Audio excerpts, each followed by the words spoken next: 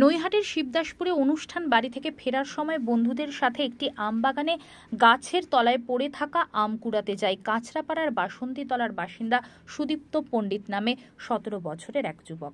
সেই বাগানে পাহারায় ছিল শেখ ফারহাদ মণ্ডল নামে এক ব্যক্তি। সুদীপ্তকে ধরে ফেলে বাগানের লিজ হোল্ডার শেখ ফারহাদ। শুরু হয় মারধর, সঙ্গে থাকা বন্ধুরা পালিয়ে যায়। গুরুতর জখম হয় সুদীপ্ত। তাকে নৈহাটির এসজি হসপিটালে নিয়ে গেলে ডাক্তার সুদীপ্তকে মৃত বলে ঘোষণা করে। বাগানের পাহারাদার ফারহাদকে গ্রেপ্তার করেছে শিবদাসপুর থানার পুলিশ।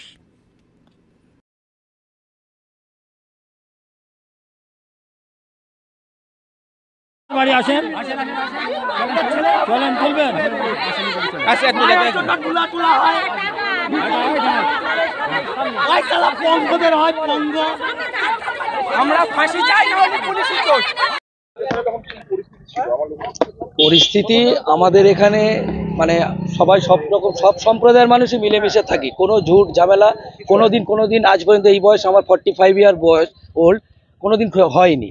কিন্তু একটা সে বাচ্চা ছেলে হয়তো আম পেড়েছে কি আম খেয়েছে, বাগান মালিক হয়তো দেখতে পেয়েছে, দেখে তাকে বকাঝকা দিয়েছে, হয়তো বশত কিছু হয়েছে, হওয়াতে পরবর্তীতে সন্ধ্যাবেলায় শোনা যাচ্ছে ছেলেটি মারা গেছে। এই কারণে বিদ্বেষী হয়ে গ্রামের বাসিন্দা ওরা এসে ওদের আমের কুড়ে জ্বালিয়ে দিয়েছে। এখন সাধারণত প্রশাসন আছে, এখানে পুলিশ আছে, যথেষ্ট ব্রিগেড বসানো হয়েছে। এখন আপাতত শান্তি। এই হলো মেন ঘটনা। আমার নাম শেখ সাহারাব আলী, এই পাড়ারই বাসিন্দা। ঘটনাটা কি হয়েছিল? ঘটনাটা কালকে কখন হয়েছিল, ঠিক দুপুরের দিকে, 4টার দিক, মানে আমার কাল ছিল, বৌগিনী ডাক্তারখানায় গিয়েছিলাম। আমি যেন 8টায় বাড়ি ফিরলাম, তখন খবর গেল যে এরকম ব্যাপার হয়েছে। আমি সকালবেলায় ভোরবেলায় ওই গ্রামের মেম্বার আর দু একটা মেম্বার নিয়ে যে একটা ছেলে আম পেড়েছে, তাকে মারা হয়েছে ওই বাগানে, যেখানে আম ছিল বাগানে। এবার সকালে আমি তাদের বাড়ি গেলাম, আমি আর দুটো মেম্বার নিয়ে গেলাম, গিয়ে শুনলাম ঘটনাটা শুনলাম।